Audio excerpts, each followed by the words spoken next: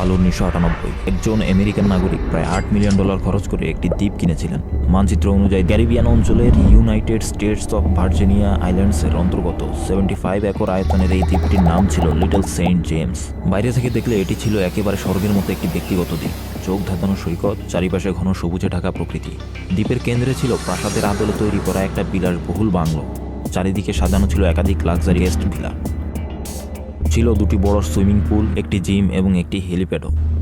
এই স্বর্গীয় সৌন্দর্যের আড়ালেই লুকিয়ে ছিল এক ভয়াবহ অন্ধকার সত্য।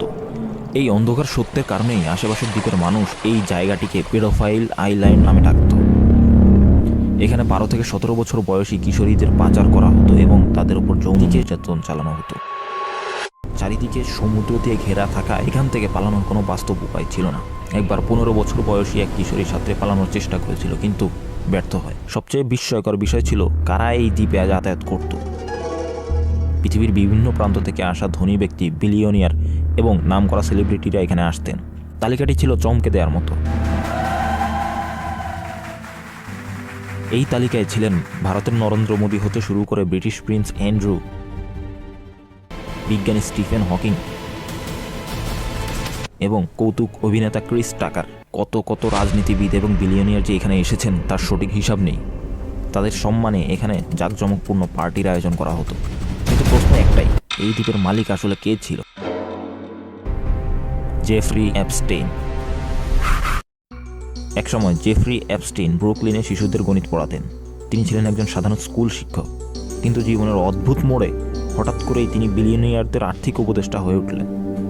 ধীরে ধীরে প্রায় $600 মিলিয়ন সম্পদ গড়ে তুললেন। তিনি নিজেই পরিণত হলেন এক মাল্টিমিলিয়নিয়ারে। তার ঘনিষ্ঠ বন্ধুদের মধ্যে ছিলেন বিল ক্লিন্টন, ডোনাল্ড ট্রাম্প এবং সাবেক ইসরায়েলি প্রধানমন্ত্রী এহুদ বারাক। আজকের ভিডিওতে আমরা জানবো আমেরিকার ইতিহাসের সবচেয়ে বড় কেলেঙ্কারির পেছনের আসল সত্য, এপস্টেইন ফাইলসের পুরো কাহিনী।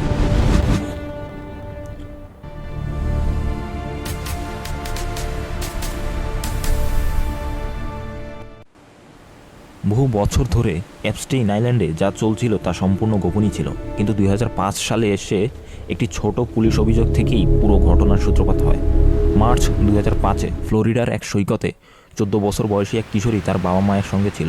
সে জানায় রয়্যাল পাম বিচ হাই স্কুলের এক সহপাঠী তাকে এক ধনী ব্যক্তির বাড়িতে নিয়ে যায়। তাকে বলা হয়েছিল শুধু মাসাজ দিতে হবে এবং এর বিনিময়ে সে পাবে $200 থেকে $300। এপস্টেইন মেয়েটির সামনে আসে শুধু তোয়ালে পরিহিত অবস্থায়। সে তাকে এবং তারও নির্যাতন চালায়। তারা এপস্টেইনের বাড়িতে গিয়েছিলেন, তখন সে দুজনের নাম বলে। তাদের সঙ্গে কথা বলে আরও দুজনের নাম জানা যায়। এইভাবে একের পর এক নাম বেরিয়ে আসতে থাকে। পুলিশ অবাক হয়ে দেখে এই তালিকা যেন শেষই হচ্ছে না। একটি ভিকটিম শনাক্ত করার আগেই আরও দুজন সামনে চলে আসে। মাত্র কয়েক মাসের মধ্যেই পাম বিচ পুলিশের প্রধান 35 জন ভিকটিমকে শনাক্ত করেন এবং তখনও নতুন ভিকটিম পাওয়া যাচ্ছিল। সবচেয়ে হৃদয় বিতরক ছিল এক ভিকটিমের বর্ণনা। পুলিশ বুঝতে পারে এটি কোনো বিচ্ছিন্ন ঘটনা নয়, এটি ছিল একটি সুসংগঠিত পিরামিড স্কিম। প্রতিটি মেয়েকে নতুন আরেকটি মেয়ে আনার জন্য অতিরিক্ত টাকা দেওয়া হতো। এভাবেই একজন আরেকজনকে নিয়ে আসতো এবং একটি সাপ্লাই চেইন তৈরি হতো। অধিকাংশ মেয়েরই বয়স ছিল 18 বছরের নিচে। 2006 সালের মে মাসের মধ্যে পাম বিচ পুলিশ এপস্টেইনের বিরুদ্ধে একটি অত্যন্ত শক্ত মামলা দাঁড় করে। মামলাটি এতটাই জোরালো ছিল যে 2006 সালের জুলাইয়ে FBI আনুষ্ঠানিক তদন্ত শুরু করে এবং যার নাম দেওয়া হয় অপারেশন লেপিয়ার। 53 পৃষ্ঠার একটি রিপোর্ট তৈরি করা হয়। ফ্লোরিডা, নিউ ইয়র্ক এবং নিউ মেক্সিকো থেকে ভিকটিমদের জবানবন্দি নেওয়া হয়। এপস্টেইনের বিরুদ্ধে আন্তর্জাতিক যৌন পাচারের অভিযোগ আনা হয়। 36 জন নাবালক ভিকটিম, অসংখ্য সাক্ষী এবং FBI তদন্ত থাকা সত্ত্বেও এপস্টেইনের সারা জীবন জেলে থাকার কথা ছিল। কিন্তু বাস্তবে ঘটনা ঘটেছিল ঠিক উল্টোটা। পর্দার আড়ালে চলছিল এক ভিন্ন খেলা। মায়ামির ফেডারেল অ্যাটর্নি আলেকজান্ডার এপস্টেইনের আইনজীবীদের সঙ্গে একটা গোপন চুক্তি করে। এই চুক্তির মূল উদ্দেশ্য ছিল এপস্টেইনকে রক্ষা করা। তাকে মাত্র 2টি পতিতাবৃত্তি সংক্রান্ত অভিযোগে দোষী সাব্যস্ত করা হয়। এর বিনিময়ে তাকে এবং তার সহযোগীদের ভবিষ্যতের সব ধরনের ফৌজদারি অভিযোগ থেকে মুক্তি দেওয়া হয়। এই চুক্তির সবচেয়ে ভয়ঙ্কর দিক জানেন কি ছিল? পরবর্তীতে এই কেসটা সম্পূর্ণ সিল করে দেওয়া হয়েছিল, অর্থাৎ কেউ যেন এই কেসটার অ্যাক্সেস না পায়, কেসটা নিয়ে ঘাটাঘাটি করতে সুযোগ না পায়, এমন পরিস্থিতি তৈরি করে। এমনকি ভিকটিমরা এটা জানতো না, অথচ আইন অনুযায়ী ভিকটিমদের জানানো বাধ্যতামূলক ছিল। তবুও কেউ কিছু করতে পারেনি। 30 জুন এপস্টেইন আদালতে হাজির হয়ে চুক্তি অনুযায়ী দোষ স্বীকার করে। তাকে দেয়া হয় মাত্র 18 মাসের সাজা। এই সময় তাকে পাম বিচ কাউন্টি জেলের একটি প্রাইভেট উইংয়ে রাখা হয়। সপ্তাহে 6 দিন প্রতিদিন 12 ঘন্টা করে তার বিলাসবহুল অফিসে তাকে যাতায়াত করার অনুমতি দেওয়া হয়েছিল। এই জেল এতটাই আরামদায়ক ছিল যে অ্যাপস্টিনকে সেখানে রাতে ঘুমাতে হতো। এমনকি সাজা শেষ হওয়ার 5 মাস আগেই 2009 সালের জুলাইয়ে তাকে মুক্তি দেওয়া হয়। এই সব সুবিধার পেছনে ছিল সেই গোপন চুক্তি এবং আলেকজান্ডার আকোস্টা। এই আকোস্টাই পরে ডোনাল্ড ট্রাম্পের প্রথম প্রশাসনের শ্রমমন্ত্রী হন। এরপর বহু বছর ধরে অ্যাপস্টিন আবার স্বাভাবিক জীবনযাপন শুরু করে। প্রাইভেট জেটে ভ্রমণ, দ্বীপে বিলাসবহুল পার্টি এবং ক্ষমতাবানদের সঙ্গে ওঠা বসা চলতেই থাকে। এখানেই হয়তো গল্প শেষ হতে পারত, কিন্তু একজন নারী ছিলেন যিনি হার মানেন। তিনি ছিলেন সাংবাদিক জুলি কে ব্রাউন, অনুসন্ধানী রিপোর্টার। 2009 সালে অ্যাপস্টিন মুক্তি পাওয়ার পর থেকেই তিনি এই কেস নিয়ে কাজ করা শুরু করেন এবং বছরের পর বছর ধরে নথিপত্র ঘেটে সাক্ষাৎকার নিয়ে অবশেষে 2018 সালের নভেম্বর মাসে তিনি তার রিপোর্ট প্রকাশ করেন। এটি ছিল শুধু একটি রিপোর্ট নয়, বরং একটি সিরিজ যেখানে অ্যাপস্টিনের অপরাধ এবং কিভাবে পুরো বিচার ব্যবস্থা তাকে রক্ষা করেছে তা তুলে ধরা হয়। সিরিজটির নাম ছিল পারভার্সন অফ জাস্টিস। এই রিপোর্ট প্রকাশের পর মিডিয়ায় তোলপাড় শুরু হয়, আরও তদন্তের দাবি ওঠে। এই চাপের কারণেই নিউ ইয়র্কে নতুন করে তদন্ত শুরু হয়। জুলি ব্রাউন তার অনুসন্ধানে 80 জনের বেশি সম্ভাব্য ভিকটিম শনাক্ত করেন এবং 8 জনের সাক্ষাৎকার নথিভুক্ত করেন। প্রমাণ এতটাই স্পষ্ট ছিল যে 2019 সালের জুলাই অ্যাপস্টিনকে আবার গ্রেপ্তার করা হয়, এবার সরাসরি যৌন পাচারের অভিযোগে, যেখানে তার সর্বোচ্চ 45 বছরের জেলে থাকার কথা ছিল। কিন্তু এরপরে আসে সবচেয়ে বড় ধাক্কা। 2019 সালের 10ই আগস্ট অ্যাপস্টিনকে জেলের ভেতর মৃত অবস্থায় পাওয়া যায়। কলঙ্কিত এই অর্থলঙ্ঘিকারী মারা যায়। বিচার বিভাগের দাবি ছিল সে আত্মহত্যা করেছে। তারা একটি ভিডিও প্রকাশ করে দেখাতে চায় যে কেউ তার সেলে প্রবেশ করেনি, কিন্তু এই ভিডিওই উল্টোভাবে ষড়যন্ত্র তত আরও জোরালো করে তোলে। ট্রাম্প একটি টুইট রিটুইট করেন যেখানে লেখা ছিল অ্যাপস্টিন আত্মহত্যা করেনি।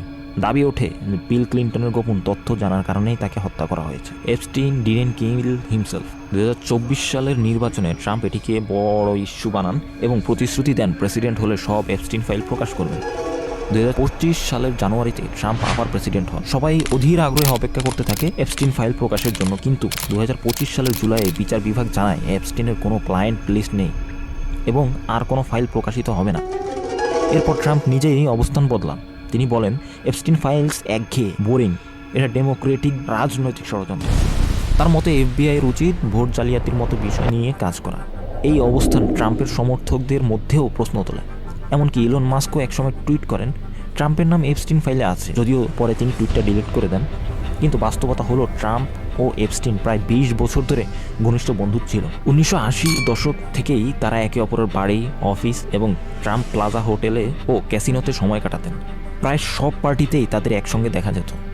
এক সাবেক কর্মীর মতে 1990-এর দশকে তারা সপ্তাহে অন্তত 3 বার ফোনে কথা বলতে পারত। 2002 সালে ট্রাম্প নিজেই অ্যাপস্টিন সম্পর্কে মন্তব্য করেন তার বই Trump the art of the comeback বইতে। তিনি অ্যাপস্টিনের জন্য লেখেন, to Jeff, you are the greatest. এসব কারণেই ধারণা ছড়ায় যে ট্রাম্পের সম্পর্কিত গুরুতর তথ্য অ্যাপস্টিন ফাইলে রয়েছে এবং সেই কারণেই তিনি সেগুলো প্রকাশ করতে চাননি। এই গুজব ও চাপের ফলে 2025 সালের নভেম্বর মাসে মার্কিন কংগ্রেস একটা বিল আনা হয়, যেখানে বলা হয় বিচার বিভাগকে 30 দিনের মধ্যে সব অ্যাপস্টিন ফাইল প্রকাশ করতে হবে। রিপাবলিকান ও ডেমোক্রেটিক দুই দলই এতে সমর্থন দেয়। আমেরিকার কংগ্রেস সদস্যরা স্বাধীনভাবে ভোট দিতে পারে না, তাই ট্রাম্পের আপত্তি সত্ত্বেও বিলটি পাশ করা হয়। ট্রাম্প সমর্থকেরা আশা করেছিল বিল ক্লিন্টনের নাম বেশি উঠে আসবে, কিন্তু 19 ডিসেম্বর বিচার বিভাগ মাত্র কয়েক হাজার নথি প্রকাশ করে, যেগুলোর অধিকাংশই হলো মার্কার দিয়ে ঢেকে দেওয়া ছিল। তবুও বিশ্লেষণে দেখা যায় ক্লিন্টনের চেয়েও ডোনাল্ড ট্রাম্পের নামই বেশি এসেছে। এক ইমেইলে বলা হয় ট্রাম্প এপস্টিনের প্রাইভেট প্লেনে 8 বার ভ্রমণ করেছিলেন, যা ট্রাম্প সব সময় অস্বীকার করে আসছিলেন। আরেকটি ইমেইলে এপস্টিন লেখেন ট্রাম্প জানতেন মেয়েদের নিয়ে কী চলছিল, কারণ তিনি ম্যাক্সওয়েলকে এসব বন্ধ করতে বলেছিলেন। অর্থাৎ তিনি জানতেন কি, কিন্তু কখনো পুলিশকে জানাননি। আরও একটি চাঞ্চল্যকর তথ্য আসে 2020 সালের 27 অক্টোবর। এক লিমোজিন ড্রাইভার এফবিআইকে জানান 1995 সালে ট্রাম্প ফোনে এক মেয়েকে নির্যাতনের কথা বলছিলেন। পরে সেই মেয়েও দাবি করেন ট্রাম্প ও এপস্টিন তাকে করেছিলেন। আরেকটি নথিতে এপস্টিন স্বাক্ষরিত একটি চিঠি পাওয়া যায়, যেখানে লেখা ছিল, আমাদের একটি মিল আছে, তরুণী মেয়েদের প্রতি ভালোবাসা। আমাদের প্রেসিডেন্টও আমাদের মতোই, পার্থক্য শুধু আমরা জেলে যাই আর তিনি প্রেসিডেন্ট। চিঠিটি লেখা হয় 2019 সালে। সবচেয়ে উদ্বেগজনক বিষয় হলো বিচার বিভাগ এই অভিযোগগুলোকে গুরুতর না দিয়ে উড়িয়ে দেয় এবং চিঠিটিকেও তদন্ত ছাড়াই ভুয়া বলে ঘোষণা করে। যিনি একসময় এপস্টিন ফাইলসকে রাজনৈতিক অস্ত্র বানিয়েছিলেন, আজ তিনিই তাতে জড়িয়ে পড়েছেন। এখনও দ্বীপে যাওয়া ক্লায়েন্টদের তালিকা সম্পূর্ণ প্রকাশ করা হয়নি। 10 লক্ষেরও বেশি নথি প্রকাশের অপেক্ষায় আছে। বিচার বিভাগের দাবি এসব রিড্যাক্ট করতে সময় লাগবে। যেগুলো প্রকাশ হয়েছে সেগুলোতেও ব্যাপকভাবে তথ্য ঢেকে দেওয়া হয়েছে। কোথাও কোথাও এত বাজেভাবে রিডাকশন করা হয়েছে যে সাধারণ টুল ব্যবহার করেই লেখা পড়া যায়। প্রশ্ন একটাই, এই ফাইলগুলোর ভেতরে আর কি লুকিয়ে আছে? কত ক্ষমতাবান মানুষ, প্রেসিডেন্ট, প্রধানমন্ত্রী, বিলিয়নিয়ার, আরব শেখ ও রাজ পরিবারের সদস্য এপস্টিনের ব্ল্যাক বুকে আছে, তা শুধুমাত্র সময়ই বলবে।